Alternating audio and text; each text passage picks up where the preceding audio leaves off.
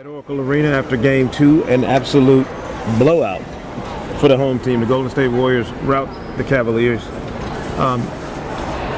Historically, John, this series, if you're looking at the last couple of years between these two teams, has just not been kind to Cleveland at all. It's becoming a pattern. 7 straight wins for the Warriors against the Cavs. Average score of 107 to 88. I think it's the 88 that stands out to me. You know, Cleveland wins games with offense. They're not going to be a great defensive team for 48 minutes. When you got guys like Kyrie Irving, Kevin Love. You know, they're not putting any rim protection on the floor in this series. And so they're scoring 88. You know, they're shooting, I think it's 5 for 23 from three-point range tonight. They shot less than 50% in the paint for the second straight game, for the 6th time against the Warriors in the last 2 years. You know, they're in trouble unless they can get something going offensively, whether it's from the outside or inside. And with the way the Warriors are defending them, you know, you think it's just got to be one-on-one, just making shots, making tough shots, and I don't know if that's going to happen.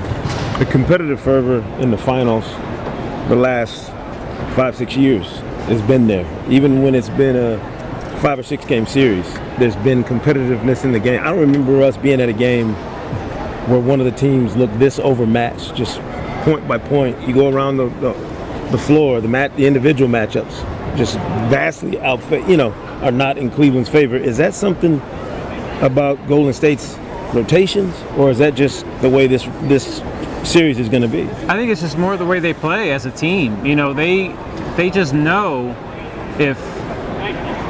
if you take this one thing away, we know we're going to that. Right. You know, if you with Cleveland and the miscommunication that they're having on defense from possession to possession, like they can have a couple good defensive possessions, and then one mistake, and boom, it's 3, it's a layup. And so there was one point in the second quarter tonight where the Cavs looked like they were in control. They're up 7 or 8. And then it was just a miscommunication on a Klay Thompson and pin down and a wide open 3, and then the game turned right there. If you're Cleveland, you're going home down 0-2 to a team that's beaten you 7 straight times. What are you saying to yourself? What are you saying to your team if you're Ty Lue? Is it as simple as going home and getting the juice from the crowd at Quicken Loans and thinking you're going to ride that emotional wave to a win? One game at a time. And from the outside, we can say, you know, there's no way the Cavs are going to win 4 out of 5 against this team. Yeah. You know, 73 wins, a team that's honestly better offensively and defensively. All they can say is let's focus on Game 3. Let's focus on the first quarter of Game 3. Right. Let's try to get ourselves a lead on our home floor and go from there.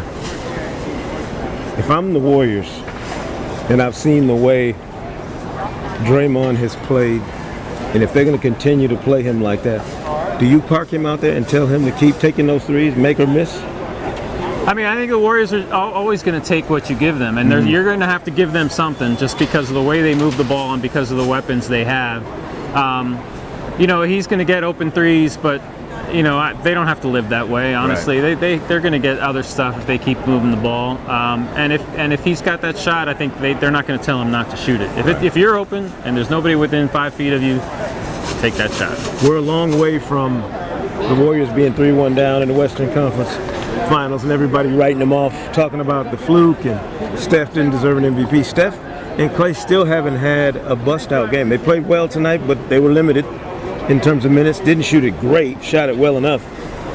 I'm nervous for Cleveland on that night when Steph and Klay actually play and shoot to their potential, because that's going to be the night when you really run out of answers if you're Cleveland, when those two guys are cranked up and rolling. Yeah, there's a point tonight, late third quarter, maybe early fourth, and the Warriors were on a huge run. And I think I said to you, when was the last time? Like, Curry hasn't been on the floor at all today, like, or on this run, and that's just the amazing part of it. That the guy that makes their offense go wasn't on the floor for a huge chunk of the game that went their way, and that tells you that, you know, they've got advantages in more place than in more than one place. Yeah, I think we have to, you know, obviously from game to game in a series, you have to reevaluate what you see and how the teams play, but all of the people writing this Warriors team off a couple weeks ago.